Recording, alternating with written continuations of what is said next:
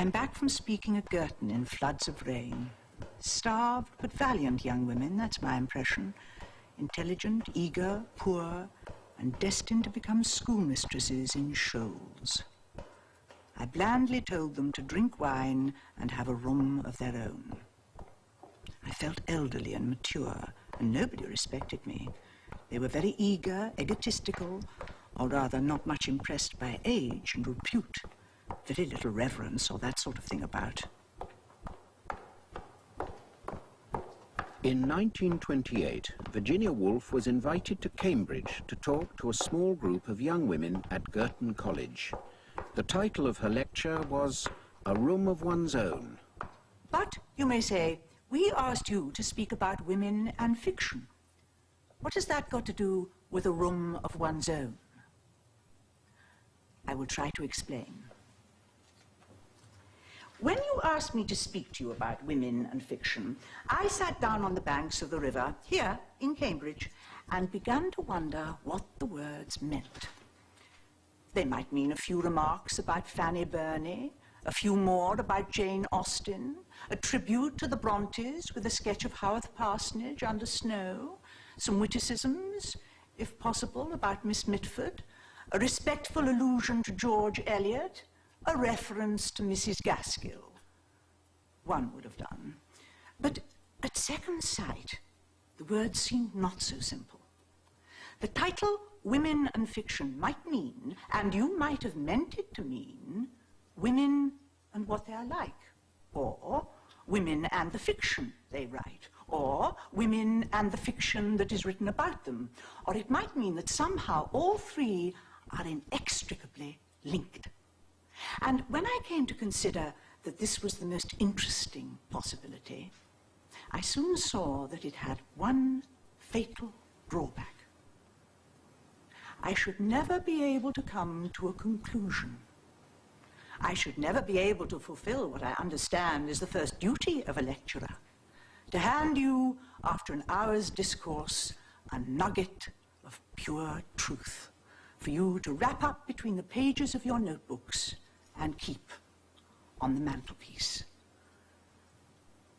All I can do is offer an opinion upon one minor point. A woman must have money and a room of her own if she is to write fiction. I was sitting on the banks of the river a week or two ago in fine October weather, lost in thought. The river reflected whatever it chose of sky and bridge and burning tree, and an undergraduate was poling his boat through the reflections.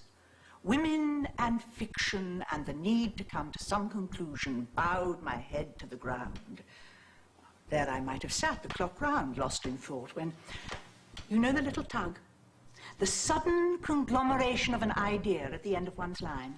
It became all at once very exciting and important and set up such a tumult of ideas that it was impossible to sit still.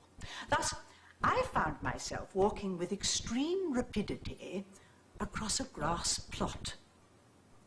Instantly, a man's figure rose to intercept me. Nor did I at first understand that the gesticulations of a curious-looking object in a cutaway coat and evening shirt were aimed at me. His face expressed horror and indignation. He was a beadle. I was a woman. This was the turf. There was the path. Only fellows and scholars are allowed here. The gravel was the place for me.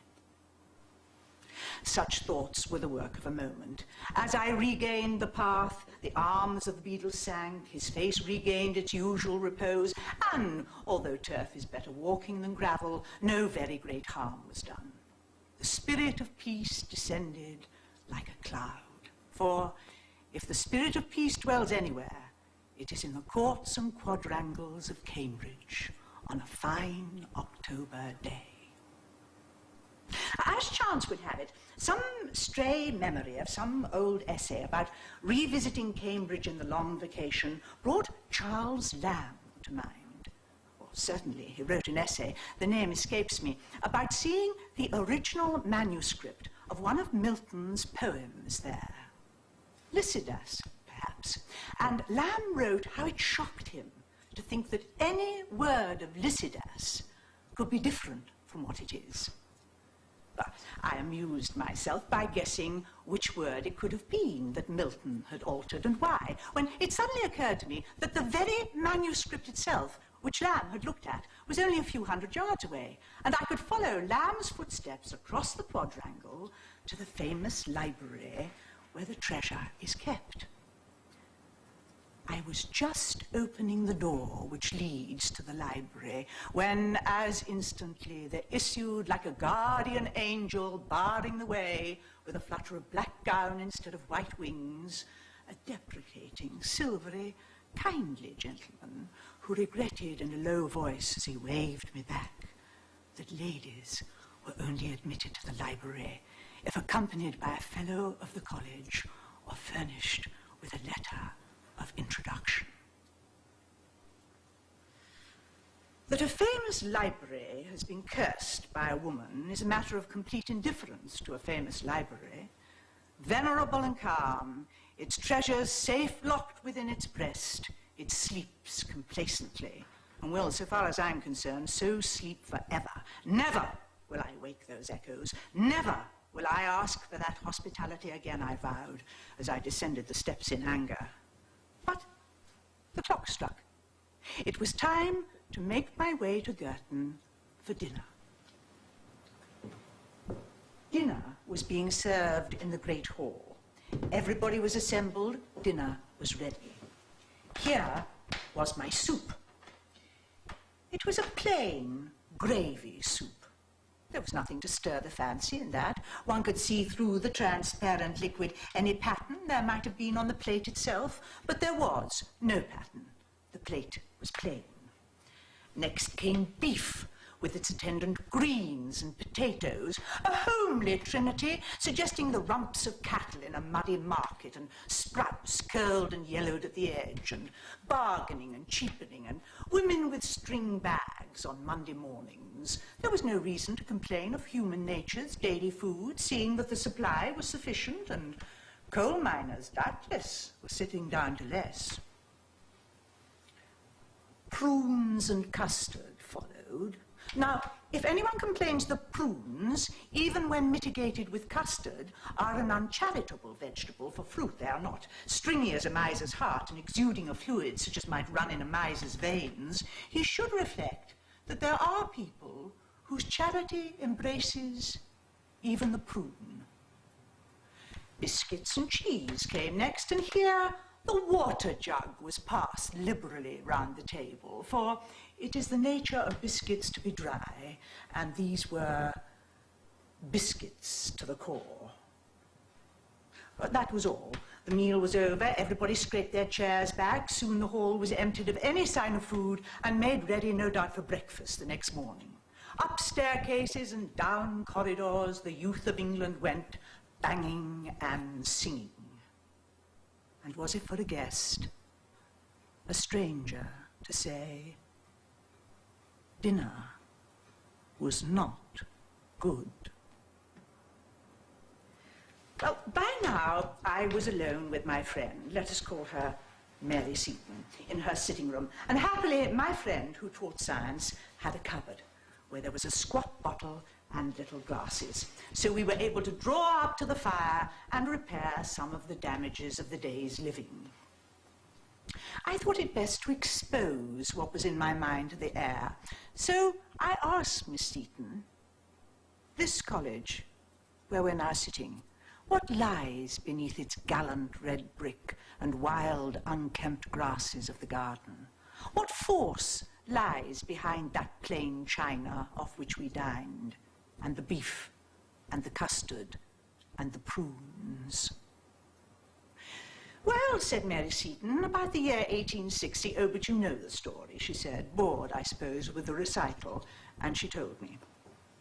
Rooms were hired, committees met, envelopes were addressed, circulars drawn up, meetings were held, letters read out. So-and-so has promised so much. Mr. So-and-so won't give a thing. The Saturday Review has been very rude. How are we going to pay for the offices? Shall we hold a bazaar? What about a concert? Can we get a pretty girl to sit in the front row? Can anyone get the editor of the Times to print a letter? Can we get Lady Thing to sign it? Lady Thing is out of town. Well, that was the way it was done, presumably, 60 years ago, and it was a prodigious effort. The founder of this college, Emily Davis, said, "We ought to ask for 30,000 at least. It is not a large sum, considering there is but one college of this sort for Great Britain, Ireland, and the colonies, and considering how easy it is to raise immense sums for boys' schools, but considering how few people really wish women to be educated at all, it is a very great deal. So, obviously, we cannot have wine and partridges and servants carrying tin trays on their heads," said my friend. "We cannot have sofas and separate rooms. Every penny that could be scraped together was set aside for the building. The amenities will have to wait." And so we talked, standing at the window, looking down, as many thousands do every night, on the domes and towers of the famous city beneath us. The gentlemen's colleges look very beautiful, very mysterious in the autumn moonlight. The old stone looked white and venerable. I thought of all the books that were assembled down there, of the pictures of old prelates and worthies hanging in panelled rooms, of the painted windows and the fountains and the grass, of the quiet rooms looking across quiet quadrangles. And I thought, too, I must admit, of the admirable smoke and drink, of the deep armchairs and pleasant carpets, of the urbanity, the geniality, the dignity, which are the offspring of luxury, privacy, and space. Well, certainly, our mothers had not provided us with anything comparable to all this. Our mothers, who found it difficult to raise £30,000. No, there could be no doubt about it. For some reason or other, our mothers had mismanaged their affairs very gravely. Not a penny could be spared for amenities, for partridges and wine, for beadles and turf, for books and cigars, for libraries and leisure. To raise bare walls out of the bare earth was the utmost they could do. The inevitable sequel to that visit to Cambridge had started a swarm of questions in my mind which seemed to demand, unfortunately, a visit to the British Museum. Why did men drink wine and women water? Why was one sex so prosperous and the other so poor? What effect had poverty on fiction? What conditions are necessary for the creation of works of art? One needs answers, not questions. And an answer can only be had by consulting the learned and the unprejudiced. And if truth cannot be found among the shelves of the British Museum, then where is truth? I wonder if you have any notion how many books are written about women in the course of 1 year. Have you any notion how many are written by men? Are you, young women, aware that you are perhaps the most discussed animal in the universe? For there was I, with notebook and pencil, proposing to spend a morning reading, and supposing that by the end of the morning I should have transferred the truth to my notebook. But I should need to be a herd of elephants to cope with all this. In despair, I ran my eyes up and down the long list of titles.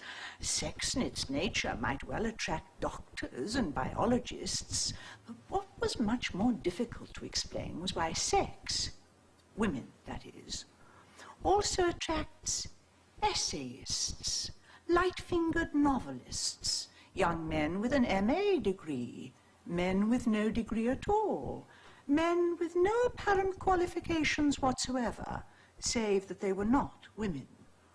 Professors, schoolmasters, sociologists, clergymen, novelists, essayists, journalists, all chasing my simple and single question, why are women poor? Every page in my notebook was scribbled over with notes.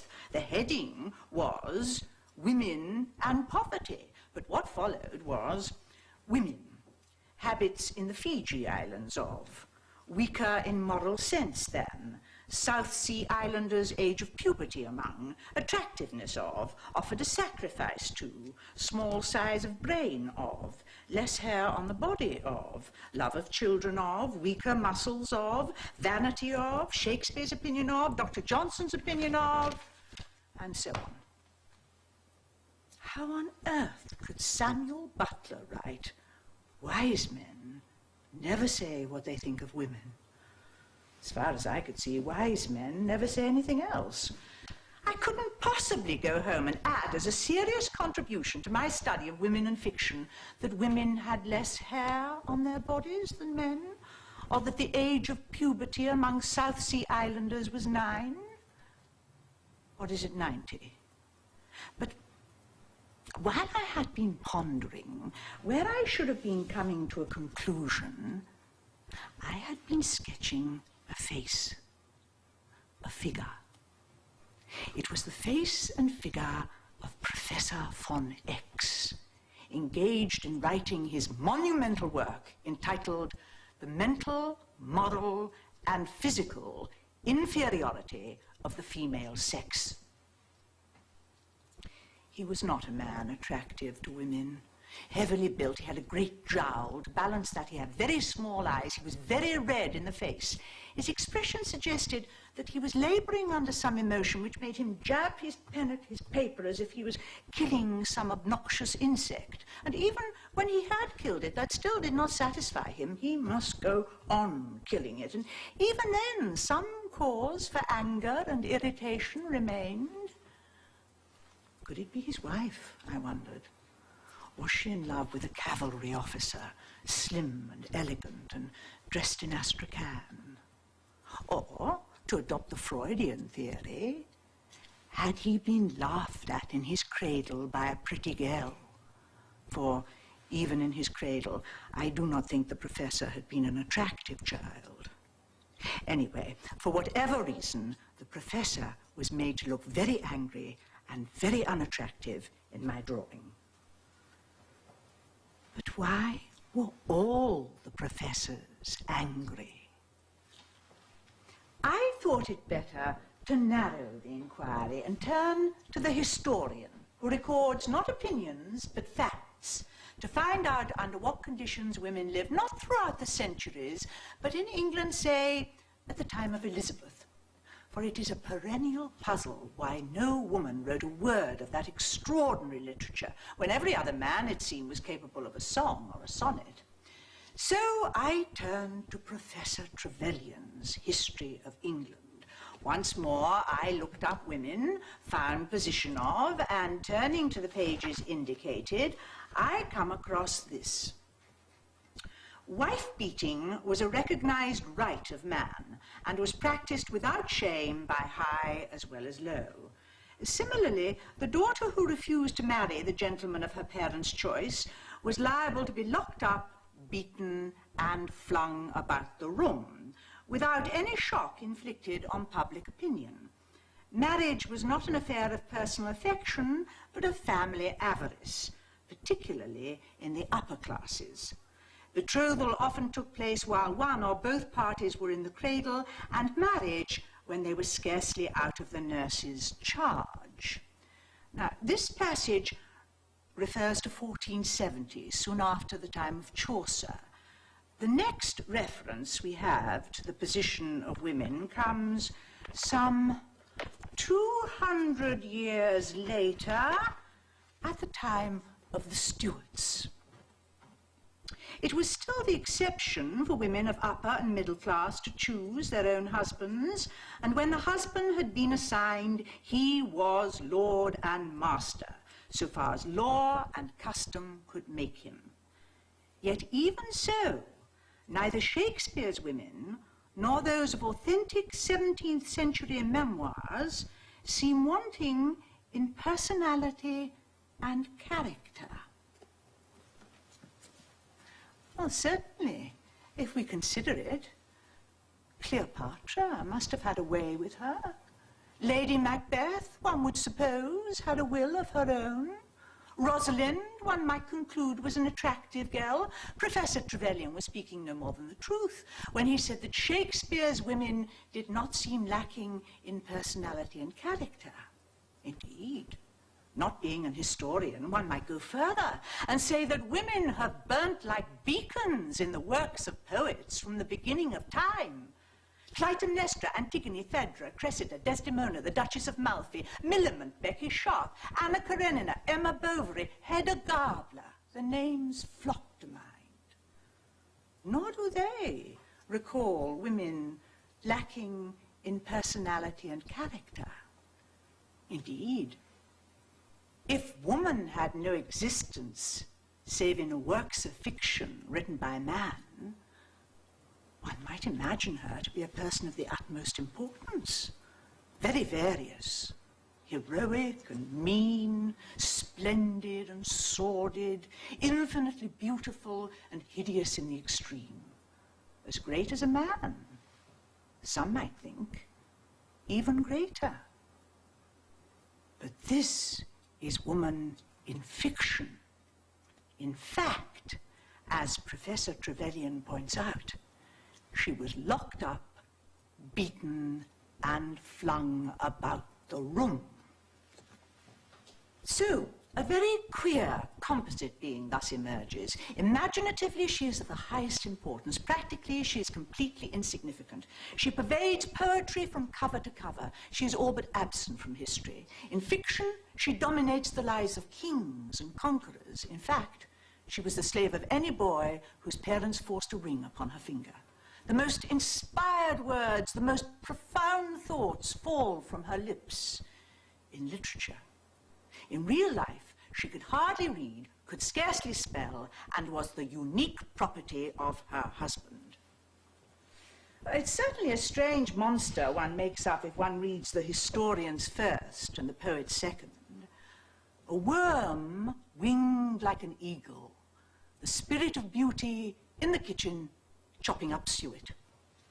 But here am I asking why women did not write poetry in the Elizabethan age, and I'm not sure how they were educated, whether they were taught to write, whether they had sitting rooms, how many of them had children before the age of 21, what, in short, they did between 8 in the morning and 8 at night. Well, they had no money, evidently. According to Professor Trevelyan, they were married whether they liked it or not before they were out of the nursery. It would have been extremely odd, even on this showing, if one of them had suddenly written the plays of Shakespeare. And I thought of that old gentleman who is dead now, but was a bishop, who declared that it was impossible for any woman, past, present, or to come, to have the genius of Shakespeare. He wrote to the papers about it. He also told a lady who applied to him for information that cats do not, as a matter of fact, go to heaven, although they do have souls of a sort. How much thinking those old gentlemen used to save one. How the borders of ignorance shrank back at their approach. Cats do not go to heaven. Women cannot write the plays of Shakespeare. Be that as it may, I cannot help agreeing with the bishop, at least in this, that it would have been impossible for any woman to have written the plays of Shakespeare in the age of Shakespeare. See, Shakespeare himself went very probably, his mother was an heiress, to the grammar school. There he may have learnt Latin and the elements of grammar and logic. He was, it is well known, a wild boy who poached rabbits, perhaps shot a deer, and had, rather sooner than he should have done, to marry a woman in the neighbourhood who bore him a child rather quicker than was right. That escapade sent him to seek his fortune in London. he had, it seemed, a taste for the theatre. Tradition tells us he started by holding horses at the stage door. Soon he got work in the theatre. He became a successful actor, living at the hub of the universe, meeting everybody, knowing everybody, practicing his art upon the boards and exercising his wit in the streets, and even gaining access to the palace of the Queen. But I like to imagine, since facts are hard to come by, that Shakespeare had a wonderfully gifted sister called Judith, let us say. She was as adventurous, as imaginative, as agog to see the world as he was. She was not sent to school. She had no chance of learning grammar and logic, let alone of reading Latin.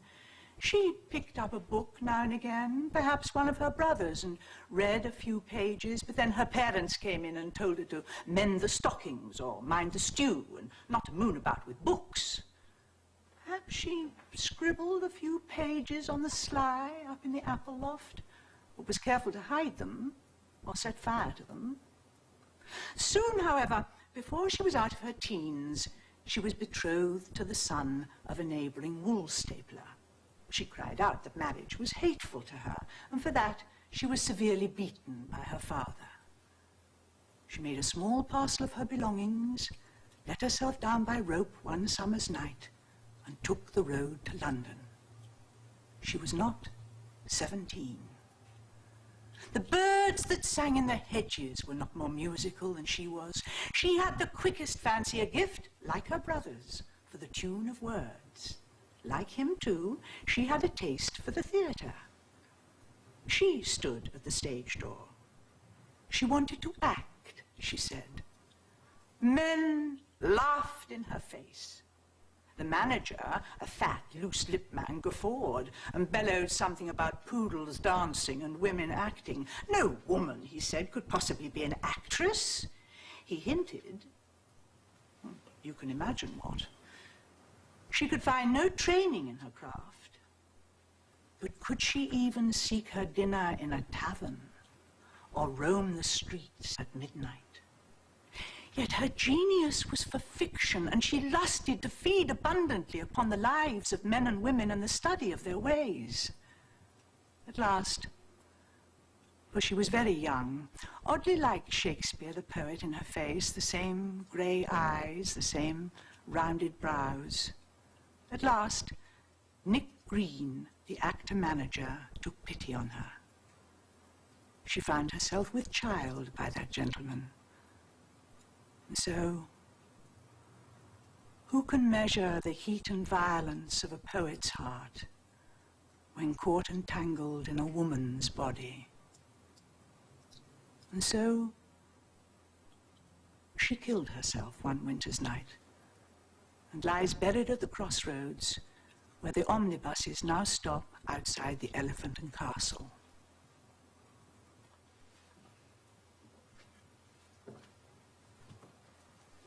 That, more or less, is how I think the story would run if any woman in Shakespeare's day had had Shakespeare's genius.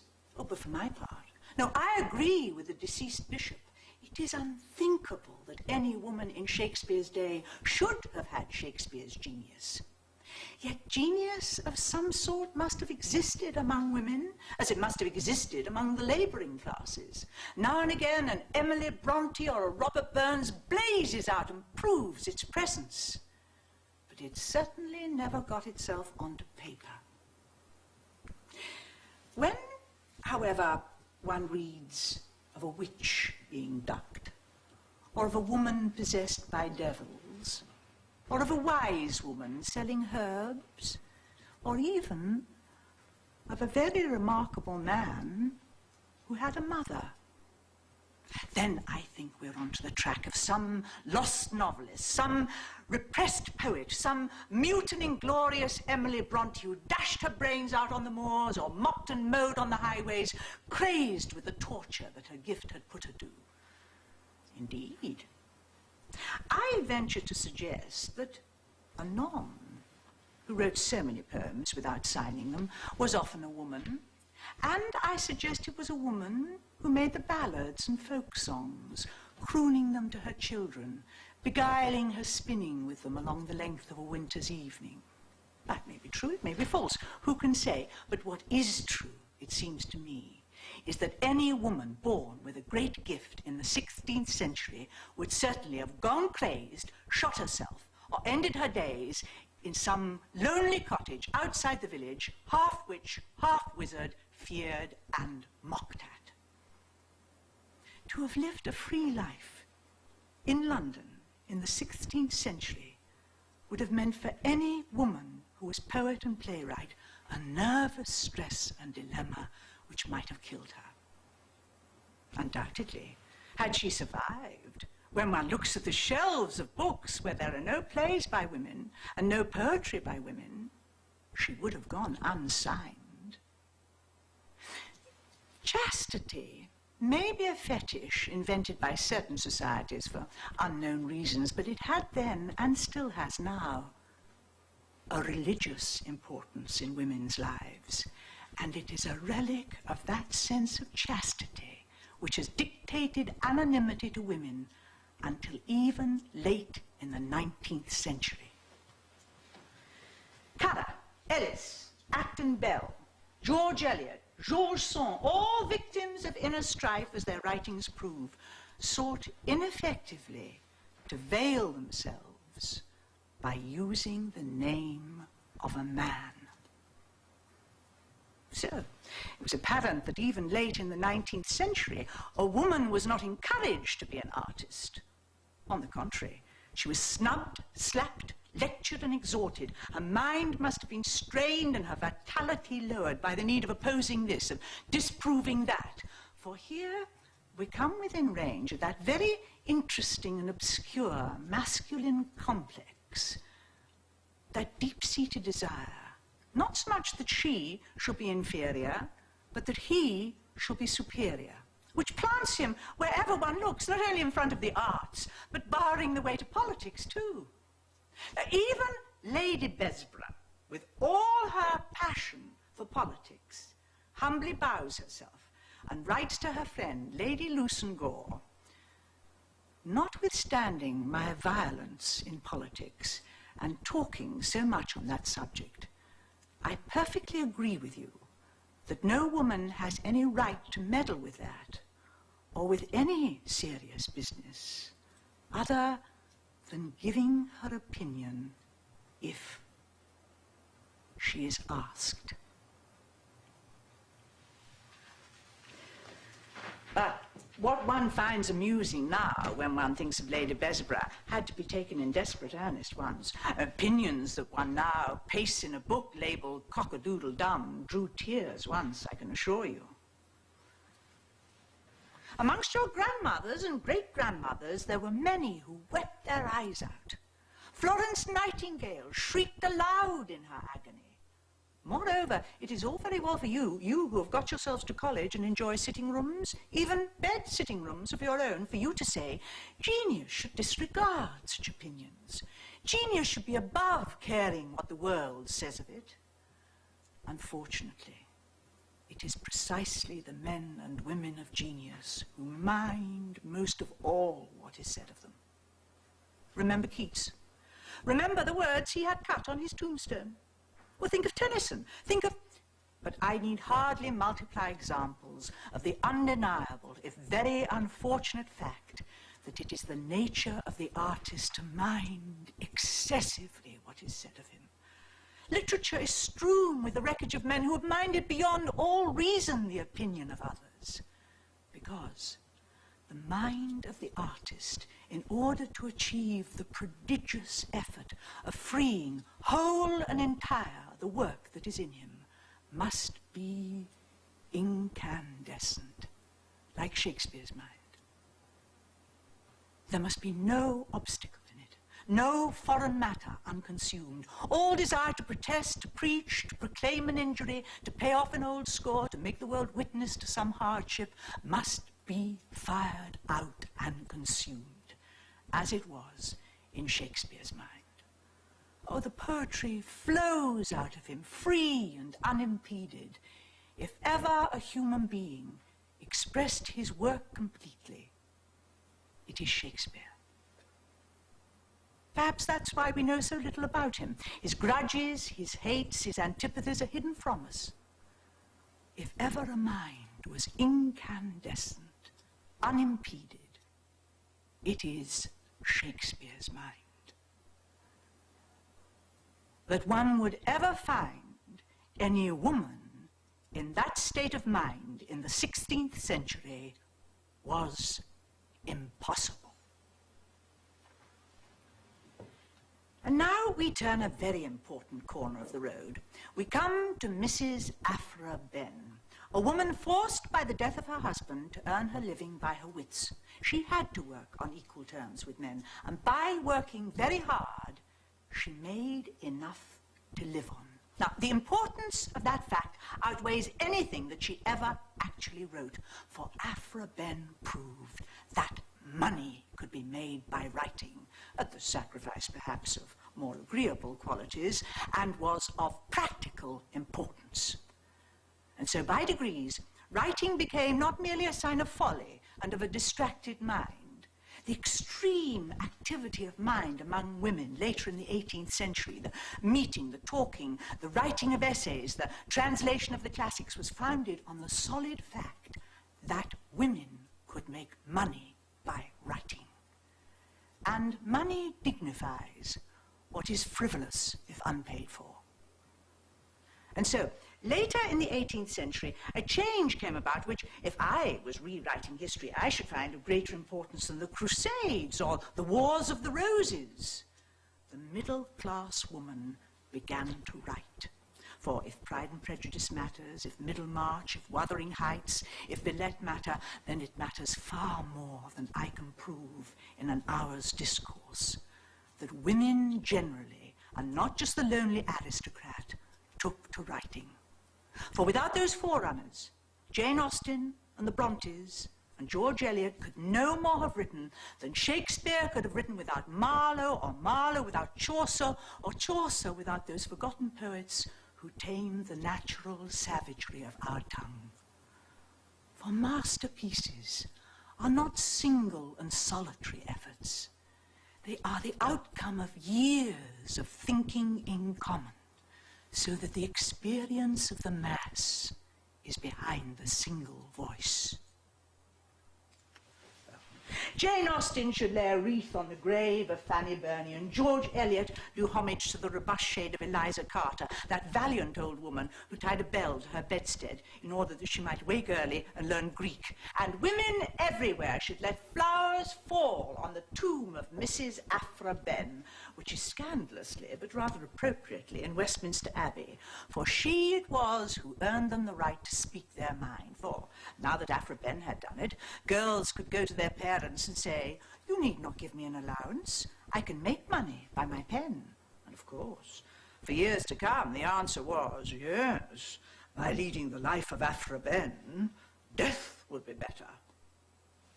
But it is she, shady and amorous though she was, who makes it not quite fantastic for me to say to you tonight, earn $500 a year by your wits.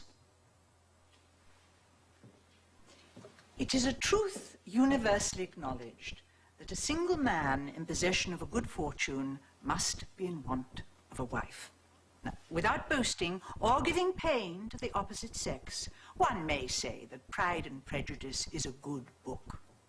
Certainly, I'm not alone in saying that I should not have been ashamed to have been caught in the act of writing Pride and Prejudice, but Jane Austen was glad that a door hinge creaked, that she might hide her manuscript if anyone came in. To Jane Austen, there was something discreditable in writing Pride and Prejudice.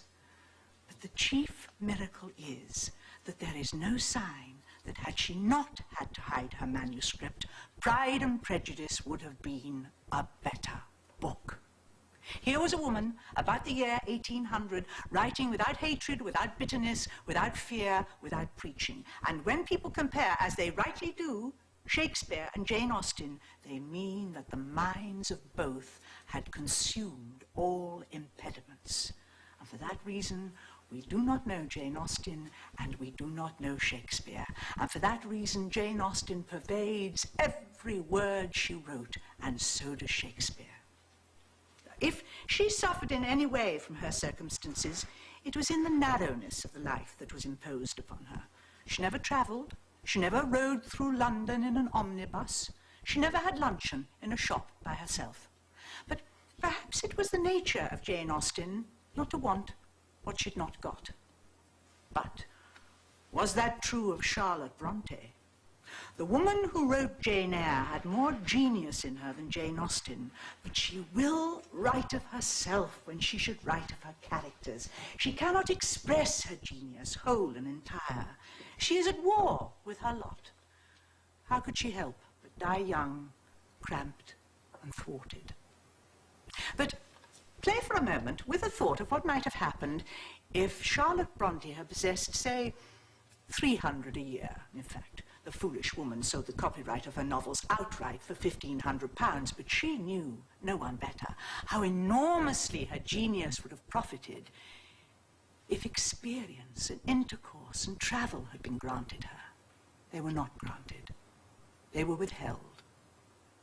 And I ask you to accept the fact that all those wonderful novels, Villette, Emma, Wuthering Heights, Middlemarch, were written by women with no more experience of life than could enter the house of a respectable clergyman.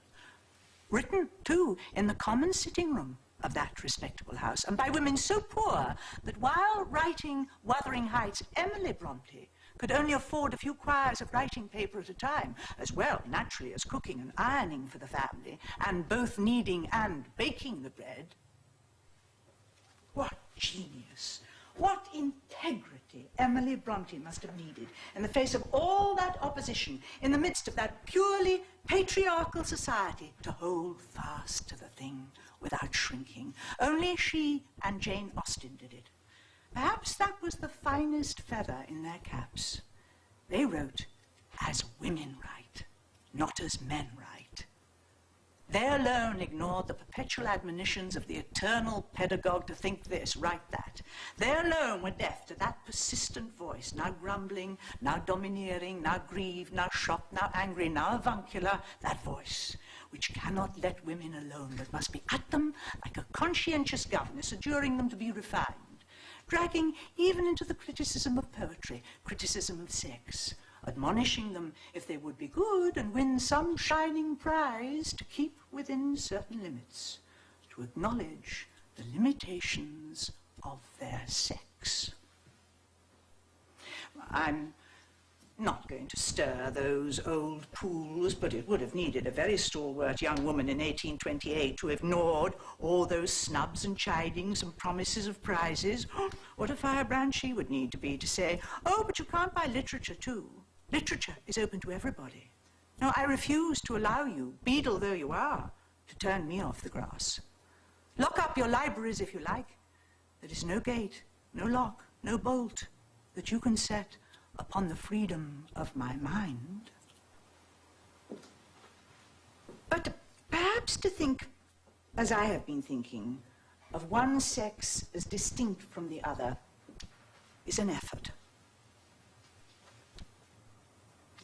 It is fatal for anyone to be a man or woman, pure and simple. One must be woman-manly or man-womanly.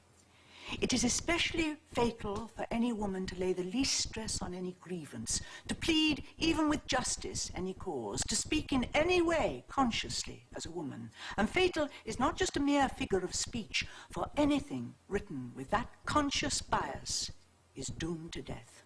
It ceases to be fertilized. Brilliant and effective, powerful and masterly, it may appear for a day or two. It must wither at nightfall. It cannot grow in the minds of others. Some collaboration has to take place in the mind between the man and the woman for the art of creation to be accomplished. Some marriage of opposites has to be consummated. There must be freedom, there must be peace. Not a wheel must grate, not a light glimmer. The curtain should be close drawn. And when his experience is over, the writer should lie back and let his mind celebrate its nuptials in darkness.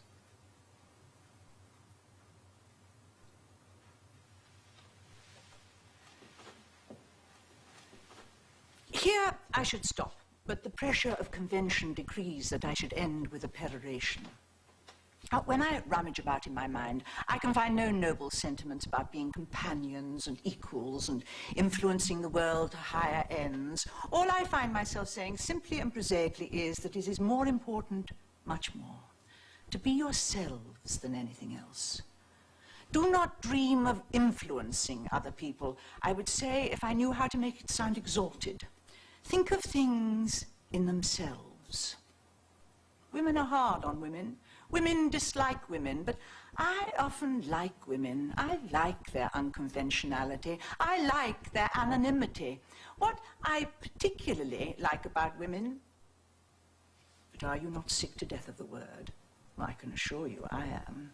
So, let me adopt a sterner tone. Now, young women, please attend. The peroration is beginning. You are, in my opinion, disgracefully ignorant. You have never made a discovery of any sort of importance. You have never shaken an empire. You have never led an army into battle. The plays of Shakespeare and the symphonies of Beethoven are not by you, nor have you introduced the blessings of civilization to a barbarous race. What is your excuse? Oh, it is all very well for you to say, pointing to the streets and squares and forests of the globe, swarming with black and white and coffee-coloured inhabitants, all busily engaged in traffic and enterprise and love-making. Well, we have had other work on our hands. I told you before, Shakespeare had a sister. She died young. Alas, she never wrote a word. She lies buried at the crossroads where the omnibuses now stop outside the Elephant and Castle. Now, it is my belief that this poet, who never wrote a word and lies buried at the crossroads, still lives. She lives in you, and she lives in me, and in many other women who are not here tonight because they're washing up the dishes or putting the children to bed, but she lives. For great poets do not die. They are continuing presences. They need only the opportunity to walk among us in the flesh. Now, I think that opportunity is now coming within your power to give her. For it is my belief that if we live another century or so, and I'm talking about the common life, the real life, not the little separate lives we live as individuals, if we have 500 a year, each of us, and rooms of our own, if we have the habit of freedom and the courage to write exactly what we think, if we escape a little from the common sitting room and see human beings not only in relation to each other, but in relation to reality, the sky, the trees, whatever it may be, if we look past Milton's deity, for no human being should shut out the view, if we face the fact, for it is a fact, that there is no arm to cling to, and that we go alone, and that our relationship is to the world of reality, and not only to the world of men and women, then that opportunity will come. And Shakespeare's dead sister will take up the body she has so often laid down, drawing her life from the lives of the unknown who were her forerunners, like her brother before her. She will be born. Now, as for her coming without that preparation, without that effort on our part, without that determination that when she is born again, it will be possible for her to live and write her poetry, that we cannot expect, for that is impossible. But I maintain she will come if we work for her. And that to achieve that end, even in poverty and obscurity, is worthwhile. Literature is open to everybody. I refuse to allow you beetle though you are, to turn me off the grass. Lock up your libraries if you like. There is no gate, no lock, no bolt that you can set upon the freedom of my mind.